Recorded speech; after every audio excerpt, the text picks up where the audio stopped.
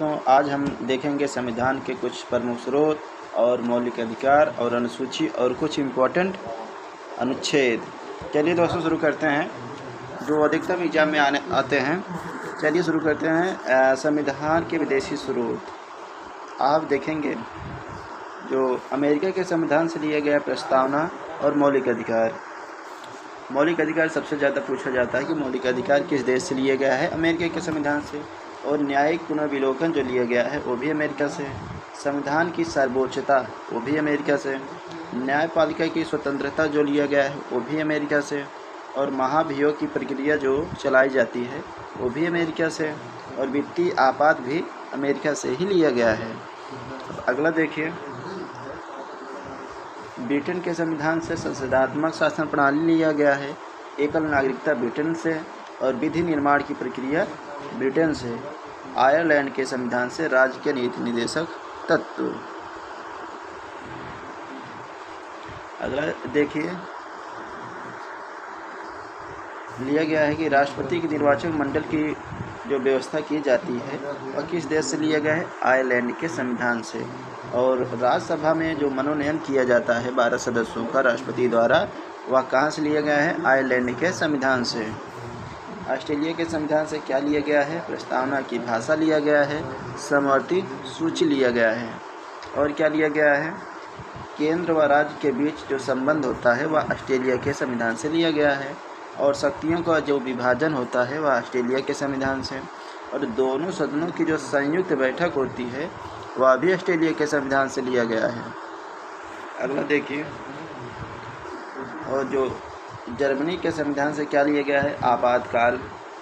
और कनाडा के संविधान से संघात्मक विशेषताएं लिया गया है। जो अवशिष्ट शक्तियां हैं वो भी कनाडा के संविधान से। और राज्यपाल की जो नियुक्ति होती है वो भी कनाडा के ही संविधान से लिया गया है। और दक्षिण अफ्रीका से क्या लिया गया है, संविधान संशोधन।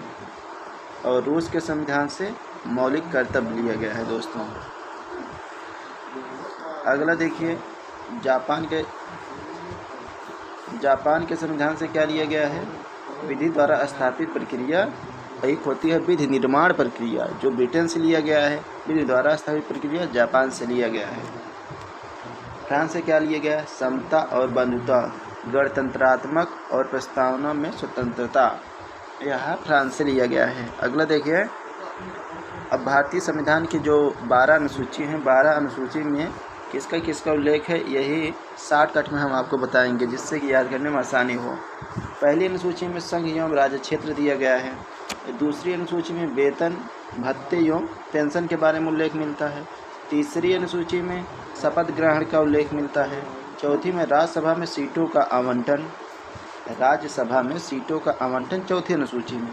पाँचवीं अनुसूची में SC ST क्षेत्र प्रशासन और नियंत्रण दिया गया है। जो अनुसूचित जाति अनुसूचित जनजाति क्षेत्र है उस पर प्रशासन और नियंत्रण के बारे में दिया गया है 5वीं अनुसूची में। और जो 6ठी अनुसूची है, असम, मेघालय, त्रिपुरा और मिजोरम, यह है चारों राज्य में जो ST हैं अनुसूचित जनजाति, उनके प्रशासन के बारे में दिया गया है। अब 7वीं अनुसूची देखिए, 7वीं अनुसूची में शक्तियों का जो बंटवारा दिया गया है और कर लगाने संबंधी जो प्रावधान किया गया है वह 7वीं अनुसूची में। और जो संघ सूची, राज्य सूची और समवर्ती सूची का उल्लेख है ये भी 7वीं अनुसूची में। अधिकतम पूछ लिया जाता है कि जो कर लगाया जाता है उसका उल्लेख किस अनुसूची में है, 7वीं अनुसूची में। 8वीं अनुसूची में 22 भाषाओं का उल्लेख मिलता है। और 9वीं अनुसूची में भू अधिग्रहण, भू संपत्ति संबंधित प्रावधान जो किया गया है वह 9वीं अनुसूची में। और 10वीं अनुसूची में दल बदल संबंधी कानून जो बनाने का अधिकार है, तो 52वें संविधान संशोधन 1985 द्वारा इसे लाया गया था, यह 10वीं अनुसूची में है। और 13वीं अनुसूची में पंचायती राज, इसमें 29 विषय हैं। और 73वें संविधान संशोधन 1993 के द्वारा जोड़ा गया। और 12वीं अनुसूची में नगर पालिका में 18 विषय हैं। 74वें संविधान संशोधन 1993 द्वारा। अब हम आप देखेंगे मौलिक अधिकार तथा उनके अनुच्छेद और इम्पोर्टेंट कुछ अन्य अनुच्छेद। अब मौलिक अधिकार देखिए, मौलिक अधिकार कहाँ से लिया गया है, USA के संविधान से। USA के संविधान से। चलिए, समानता का अधिकार अनुच्छेद 14 से 18, स्वतंत्रता का अधिकार अनुच्छेद 19 से 22 और शोषण के विरुद्ध अधिकार 23 से 24 के बीच में है। धार्मिक स्वतंत्रता का अधिकार 25 से 28 तक का है और संस्कृति और शिक्षा संबंधित अधिकार 29 से 30 तक है। संवैधानिक उपचारों का अधिकार अनुच्छेद 32। इसका हम विस्तार भी आपको बताएंगे। चलिए आगे इसका विस्तार है। जो अनुच्छेद 14 है, अनुच्छेद 14 में विधि के समझ समता दिया गया है। अनुच्छेद 14 में विधि के समझ समता है। और अनुच्छेद 15 में धर्म, नस्ल, जाति, लिंग या जन्म स्थान के आधार पर भेदभाव का निषेध, कि आप किसी भी व्यक्ति को धर्म के आधार पर, जाति या लिंग या जन्म के आधार पर भेदभाव नहीं कर सकते। 16 में लोक नियोजन के विषय में अवसर की समता दिया गया है, मतलब सभी को समान रूप से अवसर उपलब्ध हो। 17 में अस्पृश्यता का अंत, सबसे ज़्यादा यही पूछा जाता है। और 18 में, अनुच्छेद 18 में उपाधियों का अंत दिया गया है। और अनुच्छेद 18 के ही तहत भारत में जो पुरस्कार दिया जाता है, भारत रत्न हो गया, पद्मश्री हो गया, पद्म विभूषण हो गया, जो भी पुरस्कार दिया जाता है अनुच्छेद 18 के ही तहत दिया जाता है। बस उपाधियों का अंत कर दिया गया है। अनुच्छेद 19 के तहत स्वतंत्रता का अधिकार, बोलने का अधिकार, प्रेस की स्वतंत्रता और भी दिया गया है, लेकिन जो इम्पोर्टेंट है वही मैंने लिखा हूँ। और अनुच्छेद 20 के तहत आप देखिए, अनुच्छेद 20 में अपराधों के लिए दोष सिद्धि के संबंध में संरक्षण दिया गया है अनुच्छेद 20 में। और 21 में प्राण एवं दैहिक स्वतंत्रता का संरक्षण दिया गया है अनुच्छेद 21 में।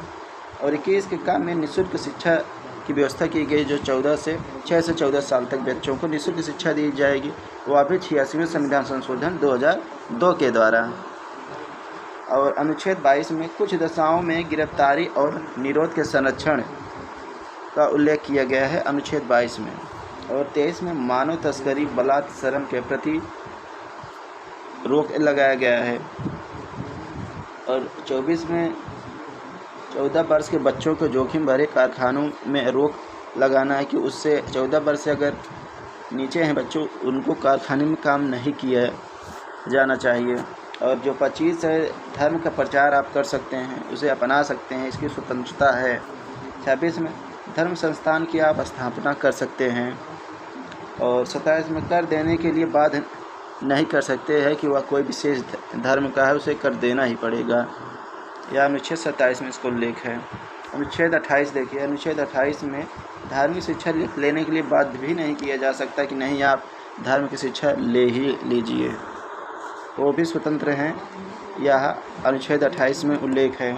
और अनुच्छेद 29 में अल्पसंख्यक वर्गों के हितों का संरक्षण दिया गया है। अनुच्छेद 30 में वर्ग शैक्षणिक संस्था चला सकता है, कोई भी अल्पसंख्यक वर्ग भी शैक्षणिक संस्था चला सकता है। और जो 36-51 है, इसमें राज्य के नीति निर्देशक तत्व का उल्लेख मिलता है। और 39 के का में जो अब इम्पोर्टेंट है वही लिखा गया है। 39 का में समान न्याय, निःशुल्क विधिक सहायता और समान कार्य के लिए समान वेतन 39 के का में उल्लेख है। और अनुच्छेद 40 में ग्राम पंचायत का उल्लेख है। 41 में कुछ दशाओं में काम पाने, शिक्षा और लोक सहायता पाने का अधिकार है, अनुच्छेद 41 में दिया गया है। अनुच्छेद 47 में दिया गया है पोषाहार स्तर, जीवन स्तर को ऊंचा करने के अवसर दिया गया है। और 48 में कृषि एवं पशुपालन का उल्लेख मिलता है। अनुच्छेद 48 के काम में पर्यावरण एवं संरक्षण, वन एवं वन्य जीवों की रक्षा की बात कही गई है अनुच्छेद 48 के काम में। और 49 में, अनुच्छेद 49 में राष्ट्रीय महत्व के स्मारकों का संरक्षण दिया गया है, या जिम्मेदारी है कि आप इसकी रक्षा करें, जो जैसे कि ताजमहल हो गया, लाल किला हो गया, जो स्मारक हैं हमारे ऐतिहासिक, उनका राष्ट्रीय महत्व है, वह अनुच्छेद 49 में दिया गया है। और 50 में कार्यपालिका एवं न्यायपालिका का पृथक्करण दिया गया है। 51 में अंतर्राष्ट्रीय शांति और सुरक्षा जो समझौते होते हैं, इसी अनुच्छेद के तहत किया जाता है। और अनुच्छेद जो 350 के का है, प्राथमिक स्तर पर मातृभाषा में शिक्षा देना अनिवार्य है। और 351 में हिंदी को प्रोत्साहन दिया गया है। और अनुच्छेद 52 में राष्ट्रपति का उल्लेख है। अनुच्छेद 54 में राष्ट्रपति का निर्वाचन संबंधित है। और 61 के द्वारा राष्ट्रपति पर महाभियोग लगाया जाता है। और अनुच्छेद 123 के तहत राष्ट्रपति अध्यादेश जारी करता है और अनुच्छेद 72 के द्वारा राष्ट्रपति क्षमादान करता है। और देखिए अनुच्छेद 143 के द्वारा न्यायाधीश से परामर्श ले सकता है राष्ट्रपति। 143 के द्वारा ही राष्ट्रपति न्यायाधीश से परामर्श ले सकता है और राष्ट्रपति के विवेक के ऊपर है कि वह उनकी परामर्श माने या ना माने। और 108 अनुच्छेद 108 के तहत संयुक्त अधिवेशन राष्ट्रपति बुलाता है।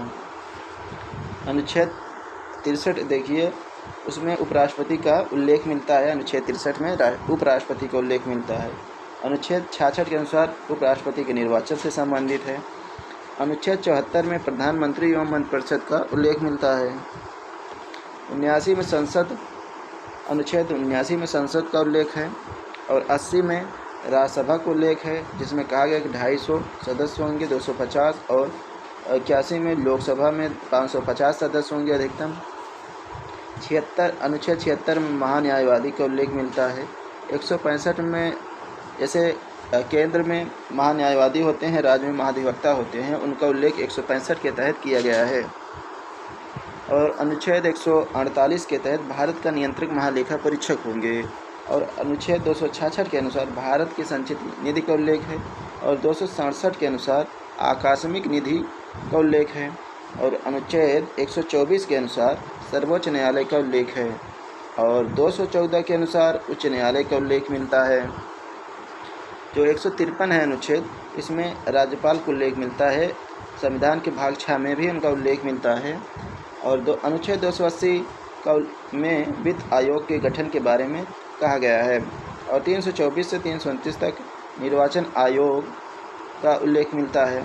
यह निर्वाचन आयोग का गठन 25 जनवरी 1950 को किया गया था। अनुच्छेद 110 में धन विधेयक का उल्लेख है। 112 में वार्षिक वित्तीय विवरण यानी बजट, लेकिन बजट शब्द का उल्लेख नहीं मिलता है, वार्षिक वित्तीय विवरण शब्द मिलता है अनुच्छेद 112 के तहत, लेकिन धन विधेयक 110 के अनुसार। दोस्तों इसके आगे नेक्स्ट वीडियो हम बनाएंगे अनुच्छेद के बारे में, जो इम्पोर्टेंट होगा वही हम बनाएंगे।